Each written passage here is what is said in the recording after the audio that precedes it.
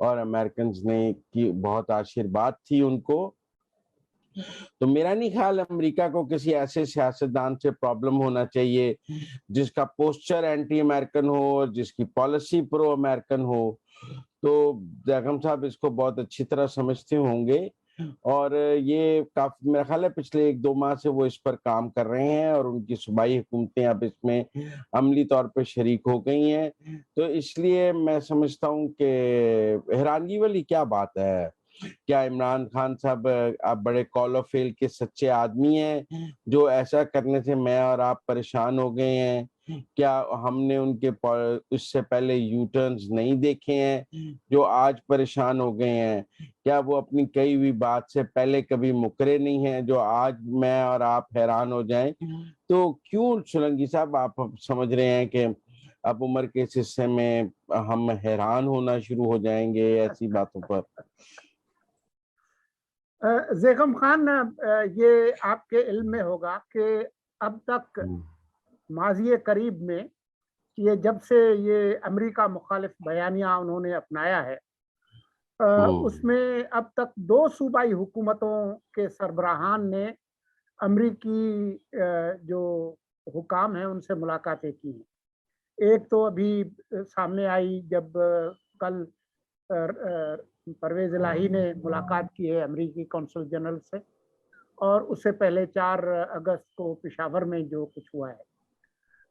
لیکن میری جو معلومات ہے وہ یہ ہے کہ جب تحریک عدم اعتماد کے جو دن تھے، جن دنوں میں یہ تیاری ہو رہی تھی، ان دنوں میں بھی عمران خان خود اور ان کی وفاقی کابینہ کے اہم ارکان امریکہ اور جو دوسرے مغربی ممالک کے جو سفارتکار ہیں ان سے ملتے رہے ہیں. یہ کوئی ایسی حیرانی کی بات نہیں ہے. یہ الگ بات ہے کہ عمران خان اور ان کی جماعت نے یہ الزام پی ڈی ایم کی جماعتوں پہ لگایا کہ جی یہ غیر ان سے امریکیوں سے مل کر انہوں نے جو ہے وہ ہماری حکومت گرائی ہے.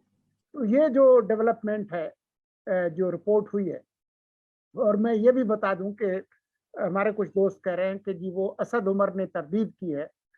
وہ ٹکڑا جو ہے وہ میں نے خود دیکھا ہم ٹی وی پر. محمد مالک نے ان سے پوچھا کہ یہ ملاقات ہوئی ہے، انہوں نے کہا جی میرے علم میں نہیں ہے. اس کا مطلب یہ ہرگز نہیں ہے آپ کے علم میں نہ ہونا.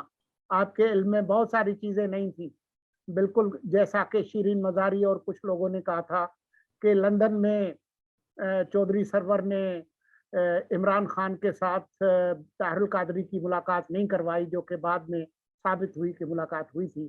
پھر انہوں نے کہا کہ جی وہ ہم نے تو یہ کہا تھا کہ ہمیں نہیں معلوم، لیکن ہم ہر وقت تو عمران خان کے ساتھ نہیں ہوتے نا. یہ پلازیبل ڈینائبلٹی ہوتی ہے نا. Correct correct correct. سولنگی صاحب، مزمل صاحب نے بہت اچھا ایک فریم ورک بنایا ہے. یہ جو انہوں نے پالیسی اور پوسچر کی بات کی ہے، ہم اس کو فردر اس کے اندر ایکسپلور کر سکتے ہیں بڑے اچھے طریقے سے. لیکن جو پہلی بات ہے، دیکھیں یہ جو عمران خان کی فون کال اگر ہوئی ہے جس کا کافی امکان لگ رہا ہے، تو وہ ایک جو دوسرا ایکشن ہے اس کا ایڈ آن ہے. یعنی امریکن امبیسڈر کا جو کے پی کا وزٹ ہے، بہت ہی ہائی پروفائل وزٹ، اور وہ اتنا ہائی پروفائل ہے جو عام طور پہ ایمبیسیڈوریل وزٹ ایک ایمبیسڈر کے وزٹ سے کہیں زیادہ ہے. ایمبیسڈر کو بہت بڑی بلا نہیں ہوتا، ایسے گھومتا پھرتا رہتا ہے، مطلب کوئی اتنی بڑی چیز نہیں ہوتی جتنا امریکن ایمبیسڈر کو وہاں پہ پروٹوکول دیا گیا. ایک شاہی پروٹوکول تھا. تو ایک چیز واضح نظر آ رہی ہے کہ پی ٹی آئی اور عمران خان اب ڈیمیج کنٹرول کرنے کی کوشش کر رہے ہیں. ایک اینٹی امریکن پوسچر، اس کی ایک ہسٹری ہے. ایک زمانے میں وہ بڑا آن تھا، اجازت تھی، ہر کوئی اینٹی امریکن آسانی سے ہو سکتا تھا.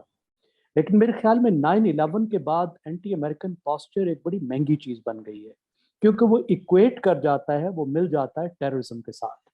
جب سے ود اس اور اگینسٹ اس کی انہوں نے پوزیشن لی ہے، تو عام طور پہ یہ سمجھا جاتا ہے کہ اگر آپ اینٹی امریکن ہیں تو اس کا مطلب ہے آپ کو ٹیررسٹوں کے بھی ساتھ ہوں گے، آپ ورلڈ آرڈر کے بھی خلاف ہوں گے، آپ کو بہت ہی شرارتی ہوں گے.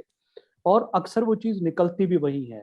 یہ کوئی طالبان کی سپورٹ بھی نکلتی ہے، وہ دوسرا ریٹرک بھی نکل آتا ہے.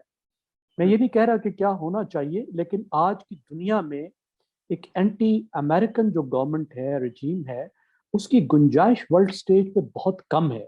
آپ کو یاد ہوگا 2 ہفتے پہلے ہمارے ساتھ خرم حسین صاحب بیٹھے تھے اور میں نے ان سے یہی پوچھا تھا کہ پاکستان میں یہ جو امکان ہے کہ عمران خان کی حکومت کا جو تاثر ہے کہ وہ اینٹی امریکن گورنمنٹ ہوگی اگر آئی تو اس کو دنیا کی مارکیٹیں کیسے ریئیکٹ کریں گی یا کر رہی ہیں. تو انہوں نے تصدیق کی تھی. انہوں نے کہا تھا جو بین الاقوامی مارکیٹس ہیں جو بانڈ مارکیٹس ہیں وہ پہلا سوال یہ پوچھتی ہیں اور وہ کہتی ہیں کہ کیا ہونے والا ہے, کہ کہیں عمران خان تو نہیں آ رہے. یعنی اینٹی امریکنزم جو ہے وہ دنیا کی مارکیٹس کو بھی خوف زدہ کرتا ہے. اور اگلی بات ہے دیکھیں جو ڈپلومیسی ہے اس میں ریٹرک کی بھی ایک لیول ہوتا ہے. ایک ریٹرک سے جب آپ آگے نکلتے ہیں تو پھر اس سے ڈپلومیسی بہت شدید متاثر ہوتی ہے, خاص طور پر اگر وہ ریٹرک ہائی پلیسز سے آ رہی ہے اور اس ریٹرک کے نتیجے میں تعلقات بہت خراب ہوتے ہیں. اگر آپ مثال کے طور پر ایرانین گورنمنٹ کو دیکھیں تو تاریخی طور پر ان کے ریٹرک نے ان کے ویسٹ کے ساتھ ریلیشنز کو زیادہ ڈیمیج کیا ہے بنسبت ان کی پالیسیز کے. بہت سے لیول پہ ان کی پالیسیز جو تھی وہ الائنڈ تھی امریکہ کے ساتھ تھی. 9/11 کے بعد افغانستان میں مختلف لیول میں ایران سپورٹو تھا, لیکن اس کے باوجود تعلقات بہتر نہیں ہوئے ریٹرک کے لیول پہ. اب آپ آگے چلیں, دیکھیں پاکستان نے ہمیشہ امریکہ اور ویسٹ کے ساتھ جو تعلقات اچھی رکھنے کی کوشش کی ہے وہ ایک ویل تھاٹ آؤٹ پالیسی تھی اور اب بھی ہے. اس کی وجہ یہ ہے کہ اگر ہم نے انڈیا سے نمٹنا ہے جو ہم سے کئی گنا بڑا 5 گنا بڑا ہے اور اس کا ویٹ اب مزید بڑھ رہا ہے, تو ہم ایک سے زیادہ بڑے دشمن نہیں بنا سکتے. اگر ہمارا انڈیا بھی دشمن ہے تو ہم ساتھ میں امریکہ کو بھی دشمن نہیں بنا سکتے. 2 بڑی پاورز کے ساتھ دشمنی ہم اکٹھی نہیں لے سکتے.